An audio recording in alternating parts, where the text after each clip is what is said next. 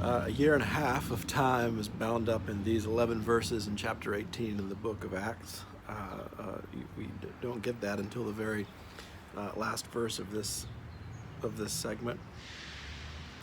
But I think one of the most interesting pieces of this text is that when Paul gets so fed up, just at the end of his rope, not able to see his work and his ministry making any difference whatsoever, even though throughout his ministry in Acts up to this point, there have been a lot of really high points, a lot of things that have happened that have been really incredible. But at this point, every day he argues to convince both Jews and Greeks of the good news, and he is just through. He's done trying to do the work the way he's been doing it, and moves in a completely different direction, going into the Gentile world almost exclusively at this point in his journey. But the other piece of this that I thought what really resonated was that when he was staying with Priscilla and Aquila, it says that he stayed with them and they worked together. By trade, they were tent makers. And it just made me think about all the ways in which ministry in general, even when it's going really well, can seem so ephemeral in its outcomes. And there's never any real clear evidence, oftentimes, that what you're doing is making a difference in the world.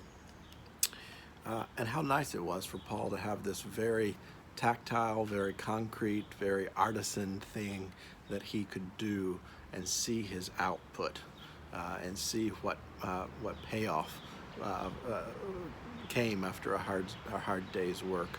Oftentimes work in ministry, whether you're a minister by vocation or minister as a layperson in a congregation doing the ministry of that congregation, after a hard day's work of ministry, knowing that you've done everything that you could do to be faithful in the ministry that you've been entrusted with, there's oftentimes no real clear indication that what you've done made a big difference.